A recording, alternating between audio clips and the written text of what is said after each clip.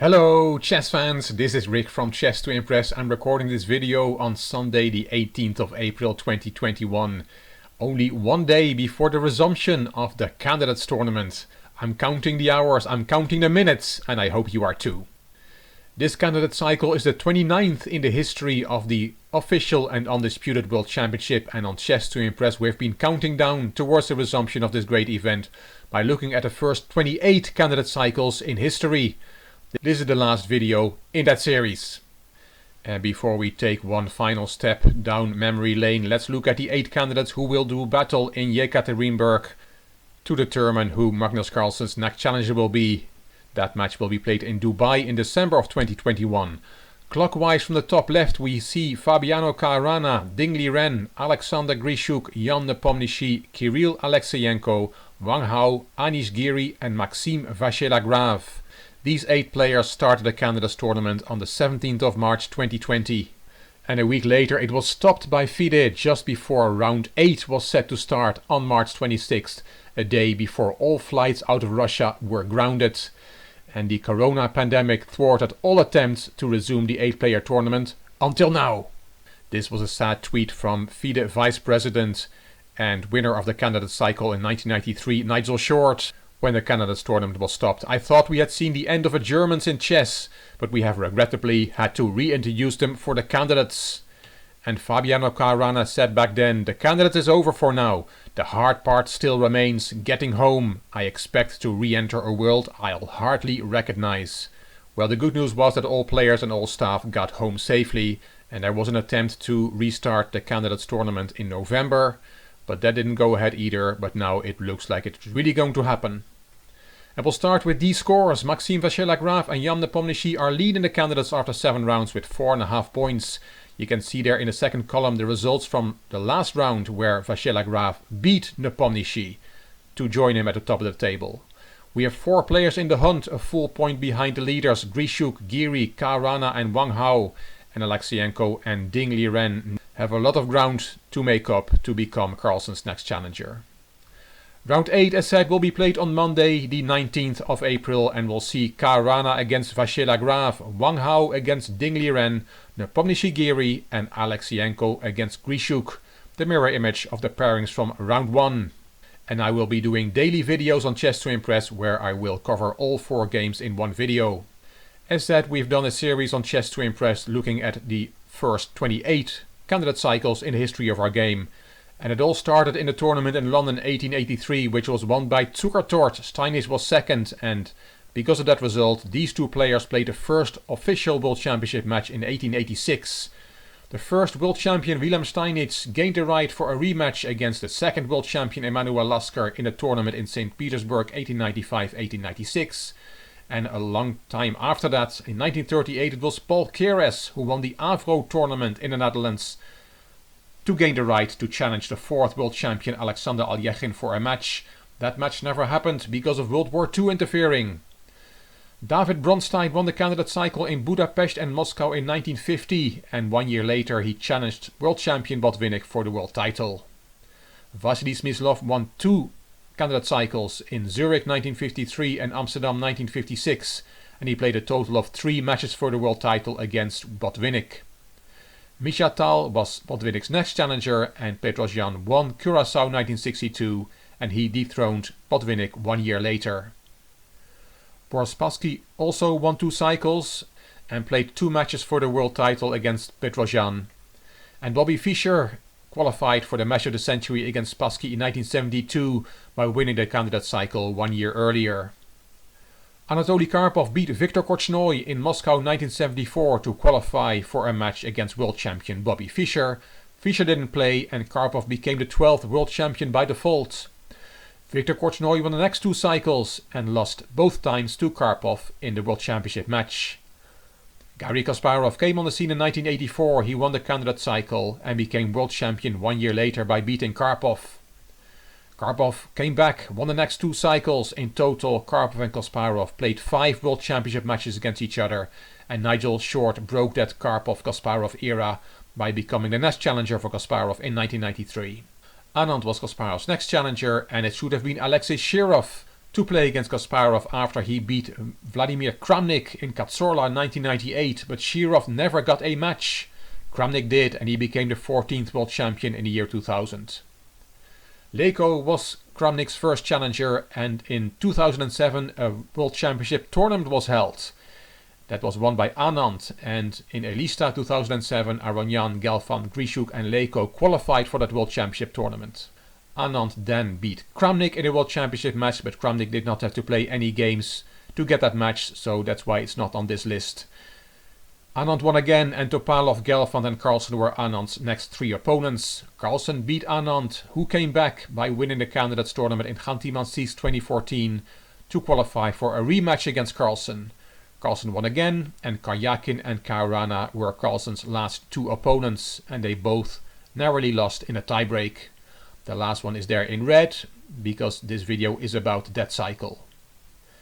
And then the next bullet point is Yekaterinburg 2020-2021. Who will win? You can tell me about who you think will win in the comment section. This video is about 2018. The Candidates tournament was an 8-player double round robin. It was held in Berlin, Germany between March 10th and 28th, 2018. The winner was Fabiano Caruana, and he earned the right to challenge the defending world champion Magnus Carlsen for the World Championship. FIDE's commercial partner Aegon was the official organizer of the event. And these were the 8 players that did battle. Sergei Karyakin was there, being the loser of the last World Championship match against Carlsen. The top 2 finishers of the Chess World Cup 2017 also qualified, and they were Aronian and Ding.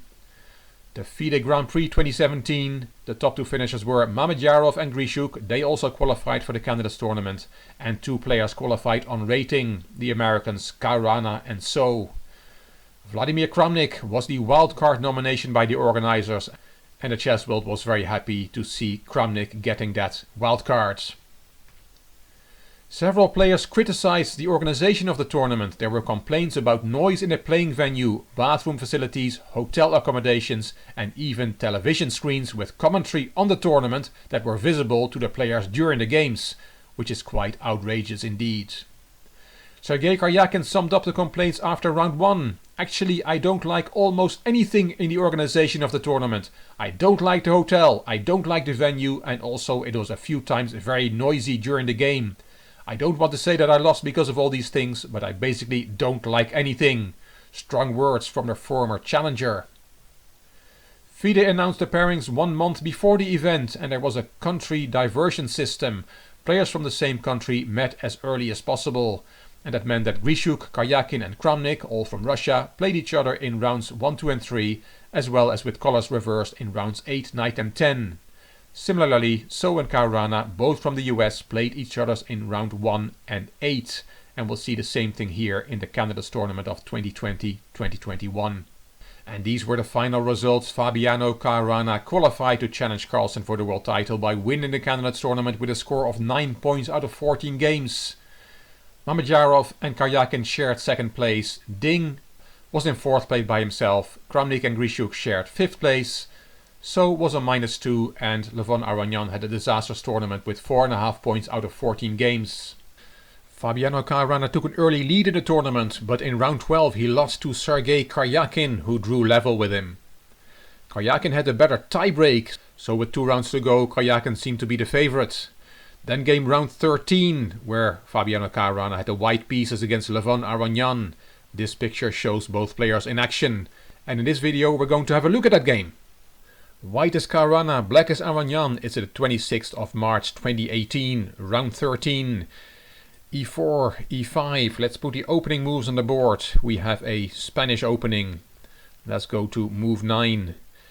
In this video I'm using the commentary from both players from straight after the game. Bishop d2, a brilliant opening invention introduced by Grishuk in the last round, also against Aronian. It was a lot of fun to analyze a totally fresh position on yesterday's rest day, a new chapter in the anti-martial, said Caruana after the game.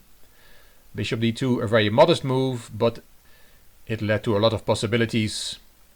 Let's put the next moves on the board. Caruana got his preparation on the board up till move 15, as he said. Bishop all the way back to c1 was his preparation. He said, I was lucky to get my preparation on the board till here, and that's what I wanted, a playable position where the game does not simplify immediately. Caruana knew he probably had to win, as said, because Karjakin had a better tiebreak in the tournament standings. Bishop g6 played by Aronian, and that's threatening the pawn on e4, which is now attacked twice. It's defended by the queen, not a good defender, so knight bd2 to protect that pawn again, and let's put some more moves on the board. Let's go to the 23rd move. Kicking the bishop, bishop drop back, a4 gaining space on the queen side. And now knight h4 was played in this position by Caruana. A takes b5, winning a pawn was the alternative. Caruana said, I saw this option, but I did not want to let the game out of control, which I later managed to do anyway. Maybe this was a good option, because it wins a pawn for white after queen takes b5. Bishop takes f2 is an attack on the queen, but white can take on c6. Black can take the rook, knight takes e1, and white has 2 pieces for the rook. If black can manage to trade queens, then it's not going to be so easy for white, as all my pawns are weak, said Caruana. Nice variation. White wins a pawn, but the game gets out of control. So in this position, after knight f6, instead of taking on b5, he played knight h4, attacking the bishop on g6, queen e6, and bishop d3. And this move is more ambitious than knight takes g6, but it's also giving black counterplay, which I should not have allowed. He said maybe I should have taken on g6 instead. F takes, bishop d3 and rook f8. But bishop d3 was played, and now bishop h5. And Caruana said, I think Levon played correctly. I did not see any other way for black to continue the game. And that playing correctly involves a piece sacrifice. After g4, you don't really want to go back with the bishop. The player said this is not an option. It's the worst of all worlds. You're losing a pawn with black, and white has consolidated his center. If you want to avoid complications, you should not have gone for bishop h5 on the previous move. So in this position, Aronian took on g4, sacrificed the piece. H takes, and you can take with the queen. That was not played, because then queen takes, knight takes, bishop e2, attacking the knight, bishop takes f2, attacking the rook, rook d1, bishop takes h4, and bishop takes g4. Black gets 3 pawns for the piece, but the pawns are not really moving, and the knight on c6 is still bad, so this position is good for white. And that's why in this position Aronian did not recapture with the queen, he took with the knight. Knight f5, and now knight takes f2. That pawn can be taken, the knight is protected by the bishop. Caruana said that he had expected queen g6 instead, and then he had planned knight 1 to g3, bishop takes f2, rook f1, bishop takes g3, and knight takes g3. And Caruana said this is bad for black, my king is safe, and the 3 extra pawns are not moving anywhere, and I'll pick up the b5 pawn at some point. So after knight f5, knight takes f2 was played by Aronian. Bishop c2, g6, attacking the knight, and you and me would have retreated that knight. If it's attacked, you don't want to lose that knight, right? Well, knight 1 to e3 was Caruana's choice. He's a super grandmaster, you and I are not. Because he said that knight 5 to e3, retreating the knight, is very unclear. And he gave this variation, knight h3 and knight d5. This knight is not stable. It can't be supported by this knight coming to e3, as we see in this variation. Knight g1, queen d3, knight e7. And if we now play knight f to e3 to support that knight on d5, there is queen h3 check, king takes g1, and queen g3 check. And this is a perpetual. You have to play king f1, you have to protect the rook on e1, and then queen f3 check, king g1, and we have a move repetition. And that's why after g6, knight 5 to e3 is not the right move, and knight 1 to e3 is. But yes, black can now take the knight. G takes f5, e takes f5, attacking the queen, queen stepped aside, and white takes the knight. What a complex game this is. And here Aronian missed a big chance. When he was waiting for the press conference after the game, a friend had told him that knight takes b4 is the move here to give equality. You can take the knight, and then there is rook d4. Aronian said, I missed this idea, and Caruana said this is incredibly strong, as rook g8 and rook f4 are coming. with very strong play against white's king. King h3 was shown, and then rook g8, and Caruana said, I do not see my next move here. So in the game after queen takes f2, a big chance was missed by Aronian.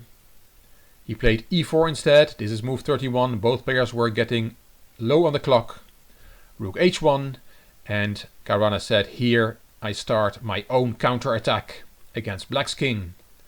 Rook d6 and bishop takes e4. I thought that I was winning, but I was nervous. I had around 7 minutes here for the last 7 moves at the time control, said Caruana. Aronian gave a check. King stepped aside. Knight e5, queen f4, c6, and a takes b5. In the end, I decided to throw in a takes b5, which cannot really hurt, as my position is very solid. And not only that, white has a winning position now. Rook g5, b takes a6, queen d8, f6 check. The bishop gives check to the king. The knight interposed, and rook check. And here, on move 39, Levon Aronian resigned. White's attack is too strong. Very nice last move, this rook sacrifice. Let's look at the variation. Let's just give the first line of the engine to show that this position is completely over. Black has to take, and then there's a check. Rook has to interpose. Another check. King h7. You can take the rook with check. King g8. Knight check. Everything goes with check. King steps aside. Knight takes g6 is check. F takes. The bishop gives check. King f7. The other bishop. You have to take the pawn. And now it's mate in 2. Queen f5 check. And checkmate on f7. What a game. And because Karjakin drew with Dingley Ren, Caruana took the sole lead again. He won again in round 14, and he became Magnus Carlsen's new challenger. I cover the Carlsen-Caruana match in my series where I cover all World Championship matches in history. I'll put the link up here.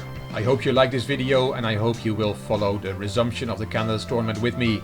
As I said, I will do daily videos on every round where I will cover all 4 games in one video. If you like this video, please give it a thumbs up, please subscribe to the Chess to Impress channel, and please leave a comment. I will read them all and I will reply to them all. If you like the video, it would be great if you could share it on social media by clicking the share button on YouTube. You can find me on Instagram, on Twitter and on Facebook. This is Rick for Chess to Impress. Thank you for watching.